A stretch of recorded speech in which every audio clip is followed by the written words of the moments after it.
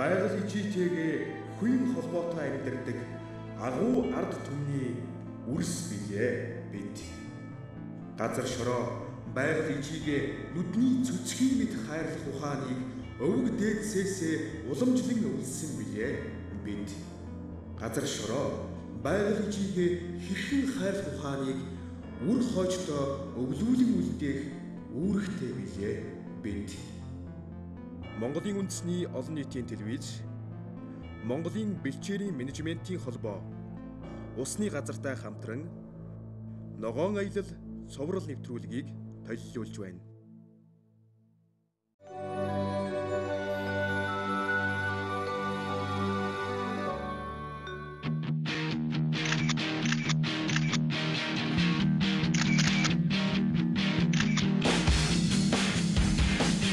Та усуухгүйгээр ганц хоног тэсч чадах уу?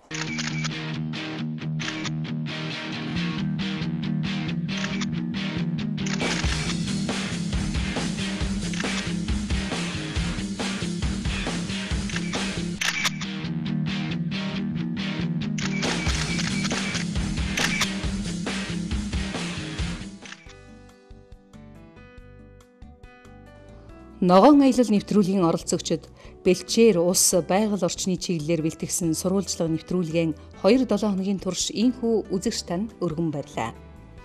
Өөр ажил мэргэжил үзэл бодолтой 14 оролцогч 7 хоногийн хугацаанд эх орныхоо баруун зүүн бүсээр нийтэд 6,000 км явж байгаль орчны бодит байдлыг сурвалжлан бэлчээрийн хамгаалж усан хайрлах арга ухааныг хөдөөгийн хөх өвгөд малчдын мэрэгэн ухаанаас хайсан. Эх орны баруун болон зүүн бүсээр явж амьдралын эх булаг ус, газар шорооны үнэт баялаг бэлчээрийг судлах хоёр багийнхан аяллахын туршид эх нутгийнхаа байгалийн сайхныг бишрэн нүд сэтгэлэн баясгаж явлаа. Нүдний чимэг сэтгэлийн баяслыг байгаль бидэнд ийхүү бүтээн бэлгэлжээ. Хүний сэтгэл хөдөлмөрч мөн байгалийн үсгэлэн гоог улам тодтогдог ажээ. Хөдөөгийн иргэд малчид аршаан усныхаа эхийг хамгаалан нүцгэн талыг ногоон ургамал алаг цэцэгсээр чимэж элсний нүүдлийг модоор хашиж бэлчээр усаан нэгдэн нийлж хамгаалж байгаатай аялагчид маань таарч бахархан омгшиж ногоон бүтээлч үйлс бүхнээс эрч хүч аван аяллаа үргэлжлүүлж байлаа. Баян хонгор завхан Аранга зэрэг аймгийн малчид нэгдэн нийлж бэлчээр ашиглагчдын холбоо болон хоршоолол байгуулж бэлчээрийн хамгаалан өнжөөж хадлангаан хашиж Хэнти аймгийн Бэндэр сумын тахилд тосгоныхон мянган мод ургамал тарин малынхаа өтөг бууцнаас биотүлш биогаз үйлдвэрлэхээр зорин ажиллаж эх нутгийнхаа ирээдүйн сайхныг өнөөдрөөс цогцлоож байна. Энэ бүхэн байгаль орчин малчдын ажил үйлсийн сайныг үлгэрлэн дэлгэрүүлэх зорилготой ногоон аялал нэвтрүүлгийн бидний аяны хамгийн том олз бахархал байлаа.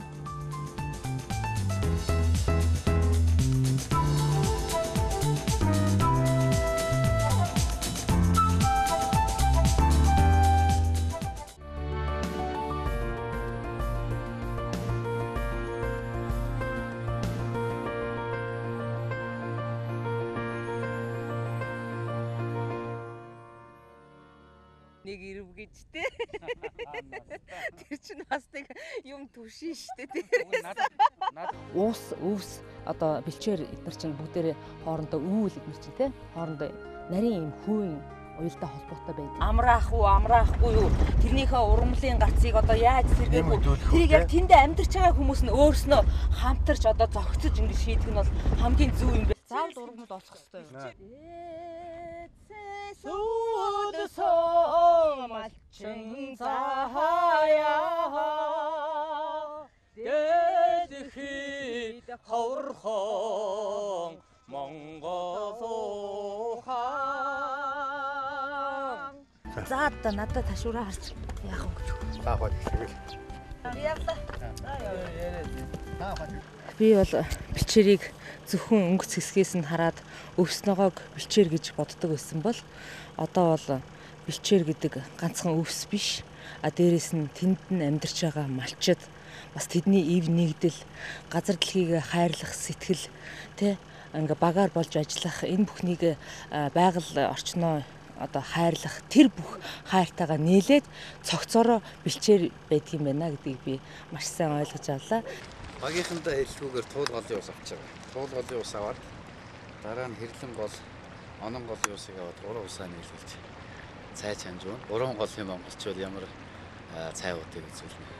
Алдар цэнхрийн голоор гол дээгүүр баригцын гүүрээр өнгөрч гарахтаа бас цэнхрийн гол маань бас нэлээд хэдэн жил завсарснаас энэ жил хурд унцтай байгаад бас ирсэн болов уу гэж найдаж бууж үзлээд анх харамсалтай нэрээгүй байна. Тэгээд одоо хангаа дэлхийн ишгээ хайрлаад ард иргэд маань сайн сайхан байхаар удахгүй ирнэ үстэй гэж найдая да. Хонин толгоогоор 20 мянга гэж тооцох юм бол нэг хонь өдөрт 10 литр ус уудаг гэж тооцвол энд бол бас л айхтар том тоо гарч ирэхээр байна. 24 цагийн дотор монголчуудын бахархал болсон 3 голын ихээр явнаа гэдэг одоо. Хэдийн хэр хэмжээний ус авах вэ? Нэг удаа авах та. Амьдралд хэрэгцээтэй байгаа түлш газ юмнуудыг гаргаж авахын тулд заавал одоо их мөнгө төлөх юм уу эсвэл их ажил хийх шаардлагагүй гэдгийг харуулж байгаа хамгийн төвшөлтэй гэж байна. Нэг усан сан хийгээд тэндээ жишээлбэл дорнодын загас гэдэг юм байж болно ш жишээлбэл.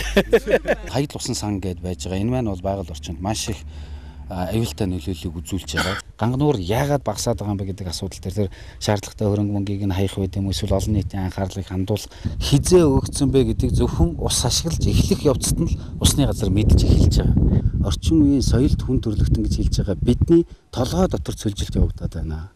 Энэ байгаль орчныг, энэ дэлхийг бид өвөг дээдсээс өвлж авсан биш байна. Харин хойч үеэсээ зээлж авсан юм байна. Бид хойч үедээ өөртөө тэр өрн энэ байгаль дэлхийг энэ хэвээр нь үлдээх хэрвээ хүн өрөө төлөхгүй бол юу болдог вэ? Хойч үеийн биднийг хүлээхгүй, магадгүй өршөөхгүй байх.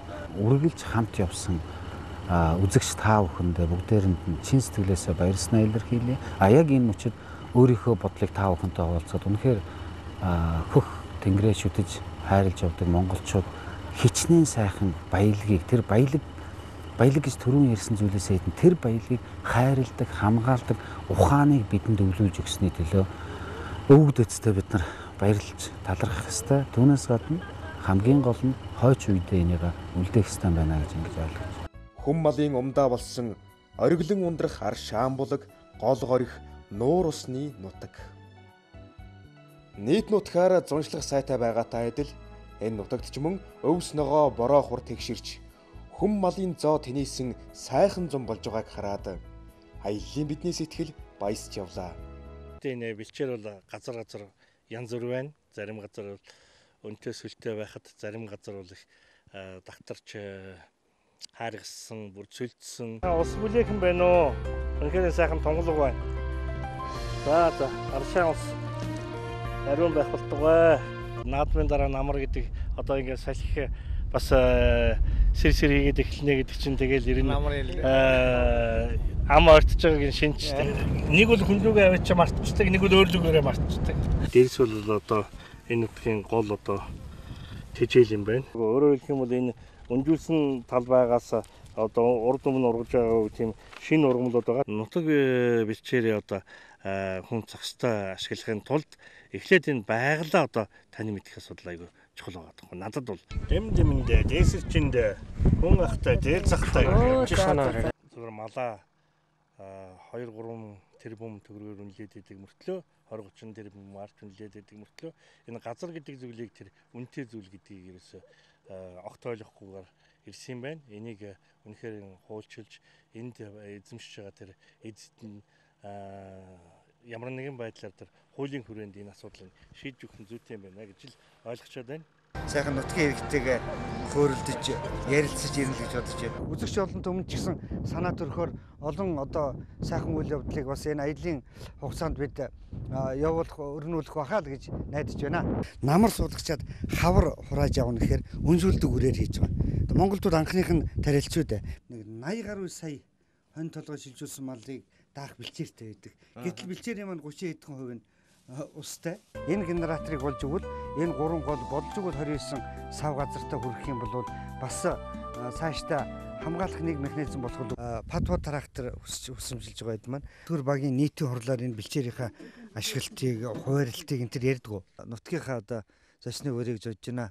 Нэгдсэн зохион байгуулалтанд оруулж чадах юм бол бас байгалаа шамгаалаад аж ахуйгаа ч гэсэн хамтдаа аваад явах юм сайхан боломж байна. Тэр төмрийн үйлдвэрлэлийг ашиглалтанд ажилуулад ингээд төмөр хийх юм бол өөрсдөө гүзүүгээ хийх тарлаг усныхаа гадар хийх тийм боломж юу гэн байгаа.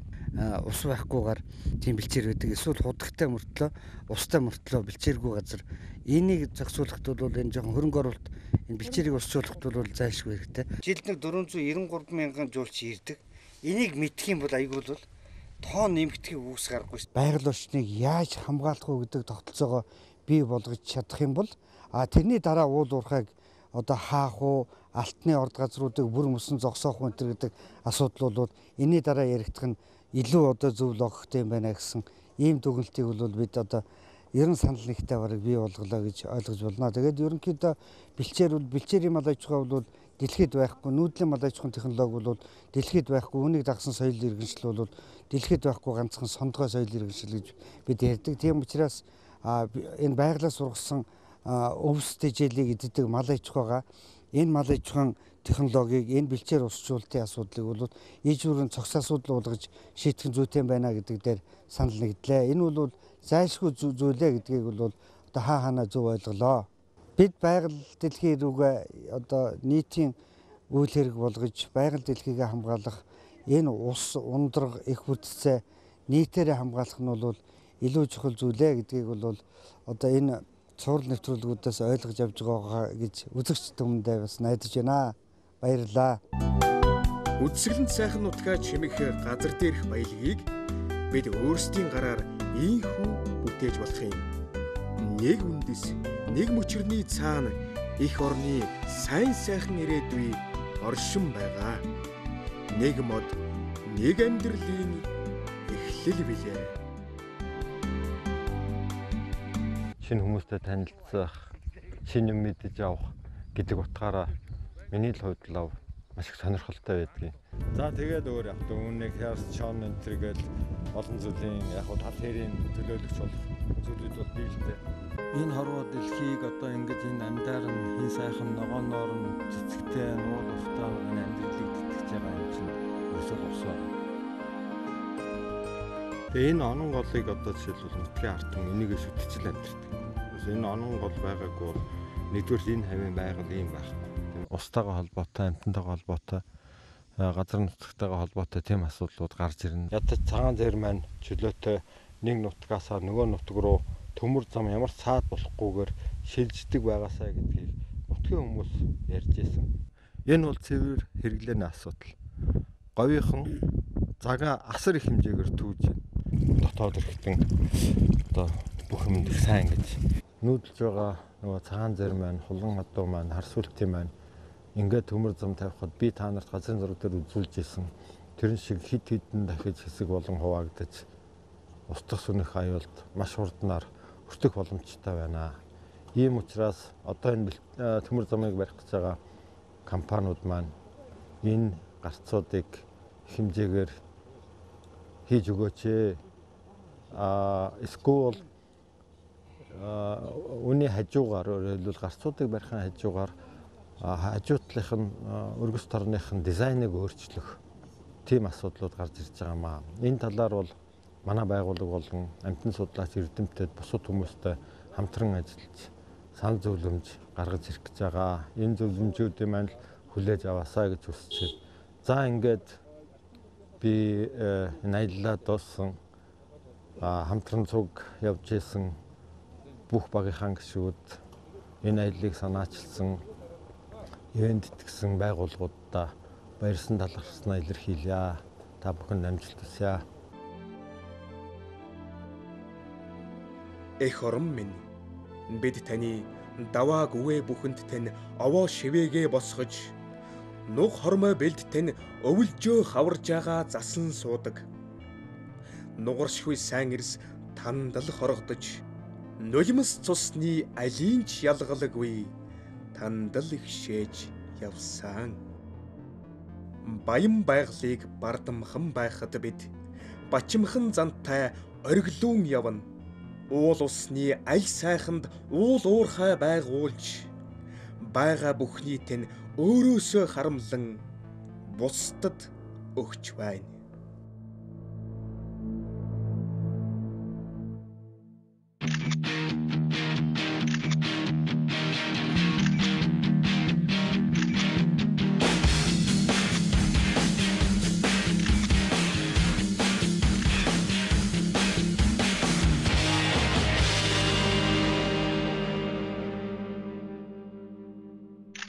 ийм аянд оролцож байгаадаа бол их баяртай байгаа. Бэлчээрийн аж ахуйн соёл чинь Бурхны шашны соёл хоёр маань хоорондоо салгаж болшгүй ийм нэг соёл болоод үзэгдсэн байдаг. Овоо тагж байгаа хамгийн гол утга санаа бол тэр цаад лус савдгаа баярлуулад тэгээд лус савдаг маань баярлахтаар бол хураа оруулдаг, бороо ордог ийм л уламжлалтай байна л да. Тэгэхээр энэ сүүлийн үеийн овоо тахлах зан үйл маань бол яг энэ үндсэн одоо зорилгоосоо ч гэдэг юм уу тийм ээ, энэ үндсэн агуулгаас хазаагаад одоо нэг нэгэндээ их баярхахч байдаг юм уу, зүгээр нэг баярлахч байдаг юм уу, ийм тал руугаа л хитрхи битгий хазаагаасаа гэж бодож байна. Энэ бэлчээр дээр тогтоогдсон ургалуунууд маань ашигтай мал иддэг иддэггүйгээр нь ерөнхийд нь ялгаад. Тэгээд тэр язгуурын гурван бурхан тэр очирваа Монгол орныг ивэн даасан очирваан бурхныг бүр ингэж томоор сайхан бүтээгээд ингээ 108 сурахтай ингэж одоо бүтээсэн ийм сайхан зохицбор юм байлээ. Нэгдлийн үед ингээ усчлалт байсан талбай л ашиглаад байгаа юм шүү дээ, тий? Зөв. Хэдэн үеийн ашиглаж байна одоо тэрнийхээ?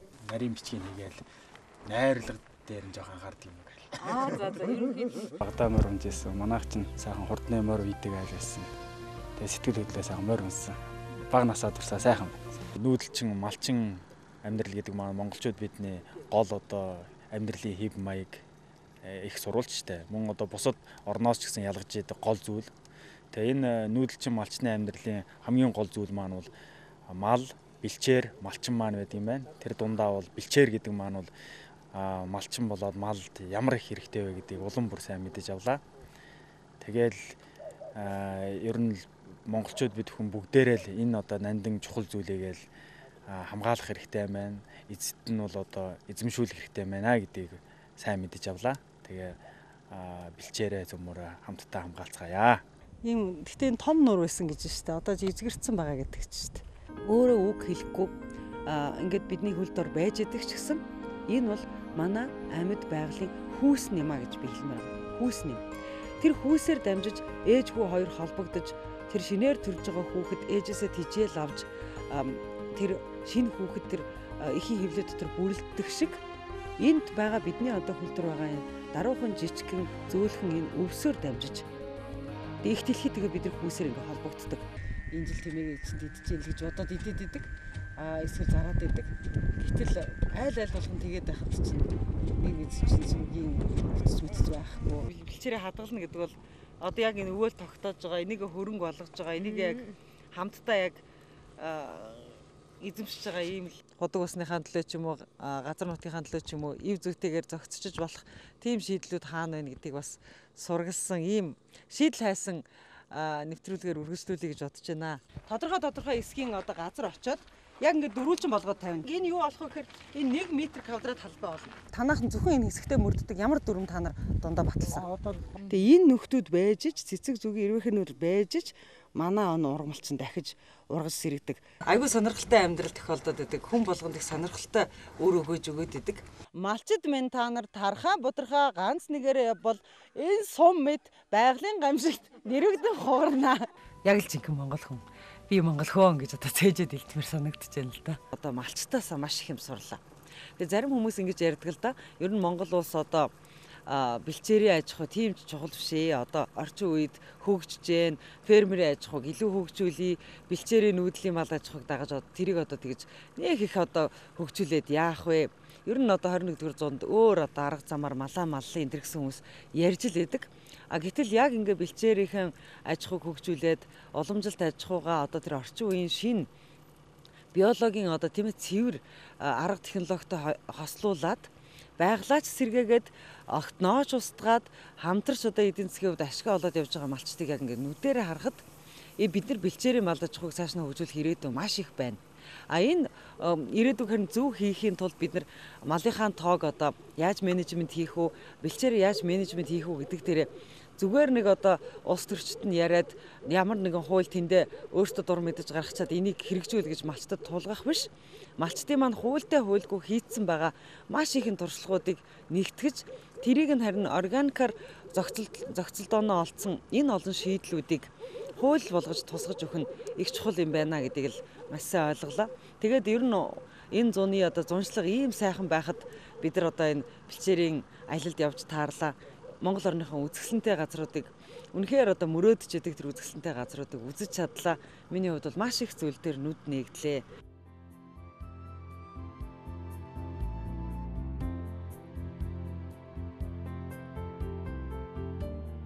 Усжуулан хамгаалсан бэлчээр ургамал хадлангийн талбайг ямар болгож болдгийн жишээ бол Завхан аймгийн малчдын хамгаалсан энэ талбай.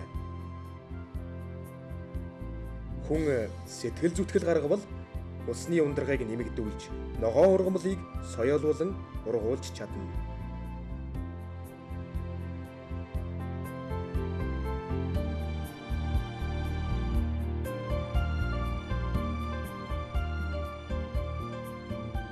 Монгол орн маань уудам олон экосистем, төрөл бүрийн экосистемээр бид явна. Бид одоо тал хээр, ховоор явах бол нөгөө баг маань хангаагаар яв. Зүгээр нөгөө мал өөрийнхөө тэр гадаргын усыг голын уснаас уугаад ус багдах ийм юу бол бага байх бол хайцсангүй.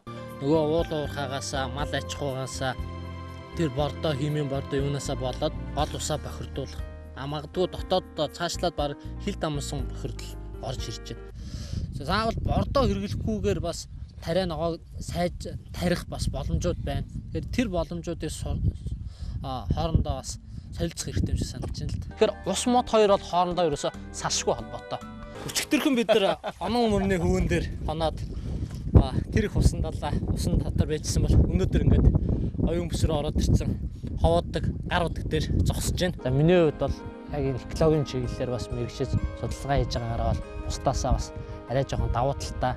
Энэ шороон замаас үүдэлтэй байгаль орчны дойролт хөрсний эвдрэл илэгдэл за тэр дуу чимээ машины одоо байнгын тасралтгүй явдлаас хамаарат тэр зэрлэг амтан үргэх ч юм уу маш олон одоо сөрөг нөлөөлөл бий болж байна гэж бид эндээс бас харж байна. Малаа багасгаад харин тэр уул уурхааг нь эрхлээд төмөр замыг нь хөгжүүлээд өөр амьдралын хөвшил рүү орж болохгүй юу?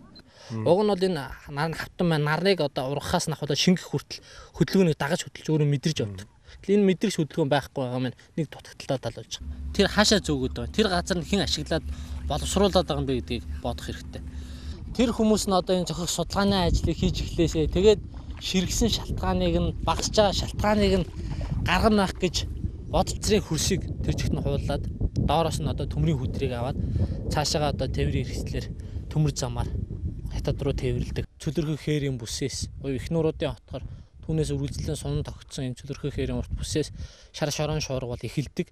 Эрдэмтэд телевизээр ярьдаггүй мэддэггүй. Эсвэл хийж байгаа ажлаа танилцуулж чаддаггүй. Тэгэхээр энэ эрдэмтдийнхаа хийж байгаа ажлыг танилцуулах нэг хэлбэр нь энэ аялал болсон гэж бодож байна. Эрдэмтэд нь нийлээд, улс төрчид нь нийлээд, урлагийнх нь нийлээд бид нэг баг болоод энэ ажлаа цаашид одоо хүргэж чадвал эсвэл хамтарсан баг бүрдүүлээд байгаль орчныхоо асуудлыг нийлж хийж чадвал хүмүүст бол маш их сайн хүрх юм болов гэсэн л дүгнэлт хийж байна. Тэгээд аяллахаа нийт багийнхандаа баярлалаа. Үзэгч та бүхэнд гэсэн бидний одоо энэ аяллыг сонирхон үзсэнд баярлалаа. Монгол эх орноо ногоон болохын төлөө, эко ирээдүйн төлөө бүгдээрээ хамтдаа зүтгэцгээе. Дөрөө дэвсэн ургах хялгант талын сэжүүр дүнсгэр саарл орчлонг мартагнуулан намайг өөртөө татна. Сүүний үнэр шингэсэн бор тэрлэгний ингэрт миний их орон үнэртэн байдаг шиг сүмэн усны толгой хөдлөгөх төдий салхинд миний их орон аргадуулан байна. Монголын бэлчээрийн менежментийн холбооны ажилтан. За бид баруун чигт нэг 3000 орчим километр зам туулахаар урьдчилан төлөвлөсөн байна. Гэхдээ замын одоо байдлаас болж явдлынхаа чиглэлийг бас багасаа өөрчилж магадгүй. Хоёр бол маргааш буюу Баянгов сум дээр очино. Хийхгүй байж гэмээр бол одоо ингээд нэг нэгээр жишээлбэл одоо ямар юм ярьж ийн гэхээр энэ жил бол ноолоор үндэслэл бараг 70-80 мянга хүнлээ шүү дээ. Гэтэл өнгөрсөн өвөл юм хавар цагаан сараар нөгөө урчлаад авчихсан хүмүүс бол за нэг жил дунджаар нэг 40 мянга л болдог шүү дээ. Энэ одоо гадаадын ийм нэртэй ийм компани энэ газрыгаа өгөхгүй. Өгөхөр бол одоо эндээс хэдүүлээ бидний амжиргаа салж байна. Бид нар одоо яаж амьдрах юм бэ? Тэгэхээр бид нар нөхөн болгоор авах ёстой гэж. Ийм юм байх ёстой зүгээр хэдэн үеэрээ хэрэгэлсэн бас хэдэн үедээ дамжуулаад өгөх ёстой хөрөнгө юм шүү. Бидний сонгосон талбайд бол ургамлын гарц харьцангуй тааруу байна. Баянгов сумын биднийг хүлээн одоо дэсэн ядан хүлээж уулзсан малчтаа сайхан уулзаж яриа өрнүүллээ. Бэлчээрийн жинхэнэ одоо эзэн байж байгаа малчтад эзэмшүүлэх тийм ээ.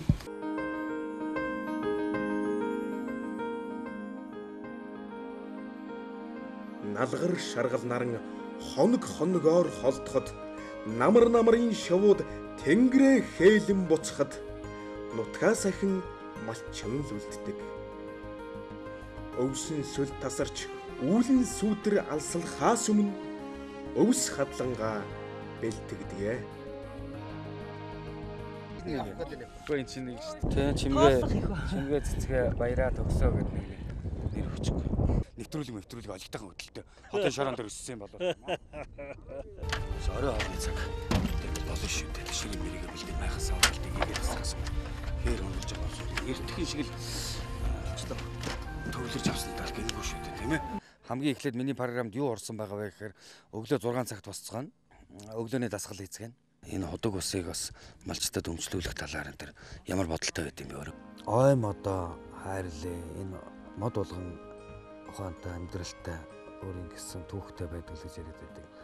Бэлчээр гэдэг маань бас үнэхээр хайрлахгүй болдгоо. Үнэхээр бид бүхний одоо өмч юм байна шүү. Монголын ард түмний хөрөнгө юм байна шүү. Зохицуулах ёстой, хамтаараа хэлэлцэх ёстой. Ийм ч асуудлууд бас өнөөдрийн аялалд бас тодорхой харагдж байлаа. Хоёул энэ талаа барай. Арай өөр урган бол энэ байх гарц марц. Өөр. Энэ хавийн бэлчээрийн нутаг чинь энэ 5 ургамлаар л бүрдсэн байна. За ингээм шүлгийг манай тэргүүний уран сайханч, уран уншигч долгормаа уншнаа. Альва нэг шүлэг мүлэг зохиолд ороод байдгүй. Машин гэж үг байгаа. Тэр үгийг машин гэдэг үгийг гинт л оруулж ирсэн. Нэвтрүүлгийн зорилгыг үзэгч түмэнд хүргэхийн тулд бид бас өөрсдийн чаддаг, мэддэг, чадахгүй мэдэхгүй бүгдийг л одоо сонирхож судалж явцгаалаа. Үнэхээр бид Монгол орн малтайгаан байх юм бол байхын тулд бэлчээр гэдэг зүйл маш шаардлагатай, маш нэн даруй хэрэгцээтэй. Энэ хамгаалах, хайрлах энэ асуудал одоо маш хэрэгцээтэй юм байна гэдгийг өнөөдрийн нэвтрүүлгээс үзэгчдтэйгээ хамт ойлголоо гэж бодож байна. Бие сэтгэл минь энд төрсөн болохоор бэлэг ухаан амьдрал ахуй минь эндээс ихтэй болохоор их сайхан нутгийнхаа өвсний үндэс усны тусал бүхэнд хайртай. Энэ гол ус мэ мөнх байх болтугай, Монгол ус мэ мөнх байх болтугай, байгаль дэлхийн мэ мөнх байх болтугай гэсэн ийм гоё нэр өгснийг би дэмжиж байна. Үнэхээр гоё нэр байна. Цаг уурын өөрчлөлт асар хурдцтай явагдаж байна. Энэ бүхэнд санаа зовж явдаг. Өөрийнхөө амьдралд өдөр тутмын амьдрал шүдэ гахаас авах бол тэр зохистой хэрэглээнд тэр соёлд суралцах юм бол бид нар маш их том алхам хийж чадах юм шиг л надад санагдаад. 50, 60, 40, 50 жилийн өмнө Монгол хаваараа ихэнх нь бүгд амьдарч ирсэн. Одоо өдөөч гэсэн яг тэр ахуй хэвээрээ байж байна. Энэ утгаараа бид нарт их даваа тал байна. Яг өрсөлдөө хийгээд өрсөлдөөгээ энэ цуулгаад шилжүүлэн суулгана гэж байна. Манай Улаанбаатарчууд бас ингээд эндээс үлгэр жишээ аваад Улаанбаатар хот маань хэдэн хүн амтай билээ те. Одоо энэ төв дээр байгаа 20 хүний хийж байгаа ажил ихэд 50000 нулиас. Тэр энэ бид нарт айгүй том юм сайхан үлгэр жишээ байна. Технологи байна, байгальд ээлтэй, эргээд байгалаа бохирдуулдаггүй. Ийм технологиг л өнөөдөр төр засгамж дэмжих хүмүүс маань ч гэсэн хөгжлийн чиг хандлага ийшээ болж байна гэдэг утгаараа энэ бас их сайхан эхлэл болж байна гэх. Өнөөдөр бид нар энэ 5 төгрөгөө ямар үнэтэй юм бэ гэж бодох биш. Харин үнгүй зараад байгаа юм байна. Бид нар усаа харин ч үнд оруулах ёстой юм шүү. Тоддоо нефт үйлдвэрлэж яагаад болохгүй байгаа юм бэ? Энэ цаг агаарын өөрчлөлтөнд юу нөлөөлдөг гэхээр эргэл нөгөө байгалийн өөрийнх нь өөрчлөлтөөс гадна хүний нөлөөлөлт, үйлдвэржилт, энэ их хотчлт энэс болоод маш их цахилгаан эрчим хүч хэрглэж байгаа. Бас хэтэрхий их бэлчээрийн даац хэтрээд байгаа юм шүү. Дээрээс нь ингээл сүргийн бүтц дотор нь тэр хуучин нь бол хонь магадгүй тэр сүргийн бог малын 80% эзэлдэг байсан бол одоо ерөөс талаас илүү 50-аас илүү хувь нь ямаан сүрэг болчихсон байж байна. Магадгүй яг хөө нэг талаас ноолор өндрөнд төрсөн учраас өнөө маргаашийн амьдралаа бодоод хүмүүс ингэх нь нэг талаасаа зөв. Гэхдээ бид нар бас тэр энэ бэлчээрийг 10 жил ашиглах уу эсвэл 60 жил, 50 жил, 100 жил ашиглах уу гэдгээ бас хармаар байна. Алсыг харж амьдрмаар байна. Тэг хүмүүс би эцэст нь юу хэлэх гээд нөхөр хэдүүлээ хүмүүсээ зөв амьдрая, зохистой хэрэглэе л гэж хэлмээр байна. Зөв амьдрыг зохистой хэрэглэе. Ирээдүгөө харъя. Ирээдүйнхөө төлөө. Ирээдүйдээ бид нар бас бидний үр хүүхдүүд мөнхөд энэ оронд амьдрахаас хойш бид нар байгаа баялгаа зохистой ашиглая, байгаа орчин тойрноо хайрлж хамгаалъя. Үр хүүхдүүдтэй үлдээ, зөв амьдрал гэж хэлье. Ер нь байгалийнхаа эсрэг хийж байгаа үйл ажиллагааны эсрэг байдаг. хааны одоо эд ургацын талбайд сууж байна. Энэ голоо сайхан хамгаалах гэх юм бол нэг авъя гэсэн хүмүүс нь хувь хүмүүс ч юм албан байгуулах ч юм уу тодорхой хэмжээний нэг хэсэг хэсгээр нь таслаа өгчдөг бол тэдний харж хандаад хамаагүй төлбөртөө ордог болог. Ялангуяа одоо энэ уцны мэрэгжлийн хүмүүс явж байгаа, их хуулийн гишүүд явж байгаа. Тэгэхээр багийнхаа гишүүдээс бас та аль болохоор сонирхолтой тийм судлан асуултуудыг асуух гэж хичээж одоо бодож байна. Уран бүтээн амтлаг ээжийн тухай аавын тухай олон сайхан номыг дуулдаг. Монголын ард түмэн ч гэсэн эцэгтэй хайртай, ялангуяа ээж байгаа хүн ээжтэй хайртай. Бид бүхний хайрлж ажил амьдарч байгаа утгаа бид хүн их орон гэж дуудах туфта. Энэ сайхан цэвэр агаарт ногоо тариад аав ээжтэй туслаад байж байгаа. Энэ хүүхдүүд бас нэг яриа авч үзье тий. Дээр нэг хөдөлмөр туслана гэж байсан шүү дээ. Яг сая ирсэн чи яг тэр бодогдлоо надад. Хүүхдүүд ирсэн сайхан ингээл хүүхдүүд бас нэг тодорхой хэмжээний чи аюух тусдын болж байгаа шүү дээ тий. Одоо энэ дээр харагдж байгаа энэ овоо нэмдэтэлт. Тэгээд уулын яг энэ сугаас хардаг. Доош ингээ бэлрүүгээ урсаа явж байгаа их тийм сонь тогтцтой. Уугад их гоё амттай юм аршаан байна. Тэгээ монголчууд өөрсдөө Монголдо тарьж ургуулсан ногоонд их дуртай шүү дээ. Яг ингэж тарьж бас болдгийм бол Монгол улс л одоо жишээ нь Швейцар шиг болох ч юм уу Монголын говь хангаа улсууд одоо их тун ойрхон байна гэж бодож байна. Монголдо ийм байж яхад бид нар өнөөдөр энийг асуудал болгоод яриад одоо хэдэн жил яриа. Нефт байхгүй л гэдэг тэнцэн савн нэг л айлаас хоол гуйж байгаа юм шиг юм болоод идэг. Мал гэдэг юм бол хүнээсээ илүү их тавьчихсан юм байна. Тэгэхээр малаа биш. Малчтай анхаарах. Ялангуяа энэ сумын төв гэдэг нэг тийм сумын төвд амьдарч байгаа нэрэгдээ ерөөсөө бараг бүрэн мартцсан гэд болохоор юм дүр зураг харагдлаа. Яг л ингэж байгалахаа ингээл хөндүүлээл тэгэл одоо ингэчлээ гэж сууж идэг. Тэгэхээр энэ дээр бол айгүй тийм хатуул баймаар. Манай автгийн уран бүтээлч хэсэг сайхан босоо юмтай хахаа гэж бодож байна.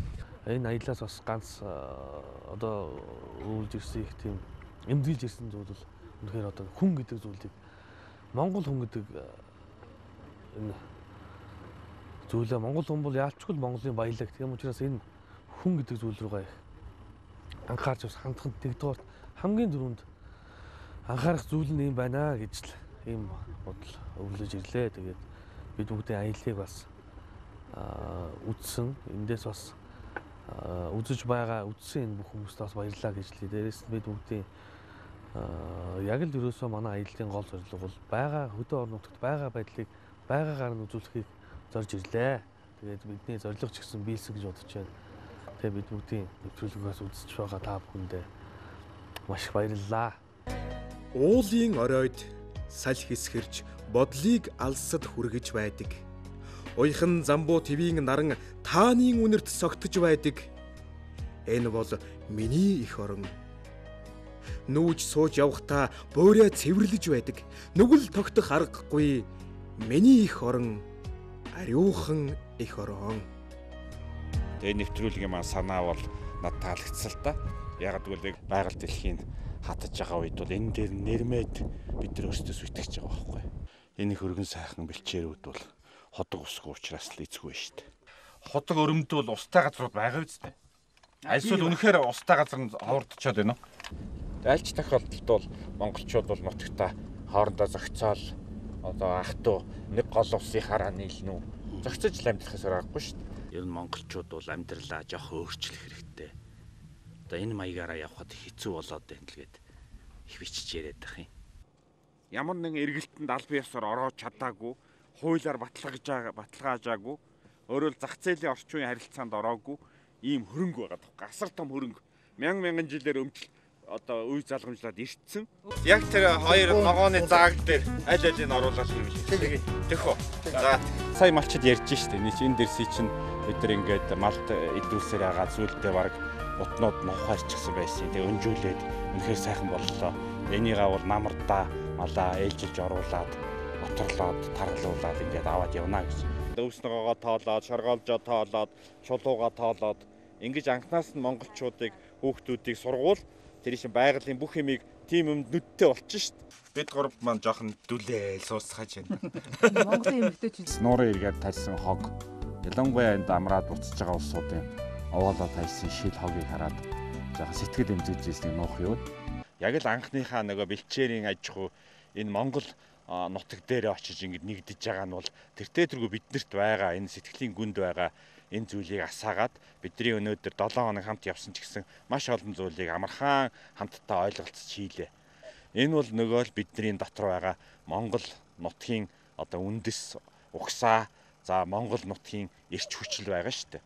Тэгээ энийг бол нэгтгэж байгаа. Яг энэ эрч хүчийг ашиглаад бэлчээрийн менежментээ хийгээд малчтаа зохион байгуулад бүр цааш нь Монгол улсаа зохион байгуулвал Монгол улсад хөгжих, амьдралаа сайхан болох маш их энерги байна гэдгийг л олж харлаа. Тэгээ энэ бол ингэж үргэлж бид нар харж яахыг хүсэж байна. Үргэлж энийг мэдэрч яахыг хүсэж байна. Ойлгох нэг өөр хэрэг, мэдрэх бол их өөр хэрэг. Ногоон аялал нэвтрүүлгийн оролцогчид эх орны баруун зүүн бүсийн 10 аймгийн нутгаар явж байгаль орчны бодит байдлыг үзэж харан малчдын аж амьдралыг судлан олон асуудлыг дийлгэн тавихын зэрэгцээ асуудал бүхэнд гарц шийдэл байгааг олж илрүүлж явсан юм. Байгалийн бэрхшээлийг сэтгэл хөдөлмөрийнхөө хүчээр даван туулахын тулд малчид нэгдэн нийлж бэлчээр усан хайрлан хамгаалж тэжээлийн урмал тариалан амьдрал ахуйгаан залгуулж байгаа сайхан туршлага олон үзэгч малчдад маань үлгэр дуурайл болох үзье. Ногоон хөгжил Монголын ирээдүйн ураатай ногоон аялал нэвтрүүлэг эх орнон гэсэн сэтгэлтэй хэн бүхнийг 14 хоногийн турш дэлгэцийн өмнө суулгаж бэлчээр ус, уул уурхай, байгаль орчны асуудалд анхаарлыг хандууллаа. Бид санаачлан бүтээж, сэтгэл гарган хөдөлмөрлөж чадвал бэрхшээл бүхэн давуу тал болж, нүүх хэлсийг халиур найгах өв сургамлаар сольж, ширгсэн голыг ундруулж чадах юм. Хамгийн гол нь бидэнд эх орн минь минийх гэсэн итгэл сэтгэл хөдөлмөр хэрэгтэй. Ногоон аялал нэвтрүүлгийн оролцогч бүр ногоон үлсээ үүгээр зогсоохгүй, өөр өөрийн салбартаа байгаль дээлтэй санаачлагыг нэвтрүүлэх болно. Нэвтрүүлгийн маань үзэн суугаа эх орондон хайртай үзэгч та бүхэн ч мөн байгальд ээлтэй байх арга ухааныг ажил амьдралдаа нэвтрүүлэн гэдэгт бид итгэлтэй байна. Цэцэгт сайхан талаар нь дураар гүйснийхээ төлөө, цэнгэг аршаан усаар нь ундаалсныхаа төлөө, хөрсөн дээр нь хөрвөөж өсөснийхөө төлөө, таавар цэнгэлтэй тал сайхан нутагт төрснийхөө төлөө бид бэлчээр ус эх орон газар шороогоо хайрлах ёстой. Энэ бидний үүрэг, энэ бидний сэтгэл билээ.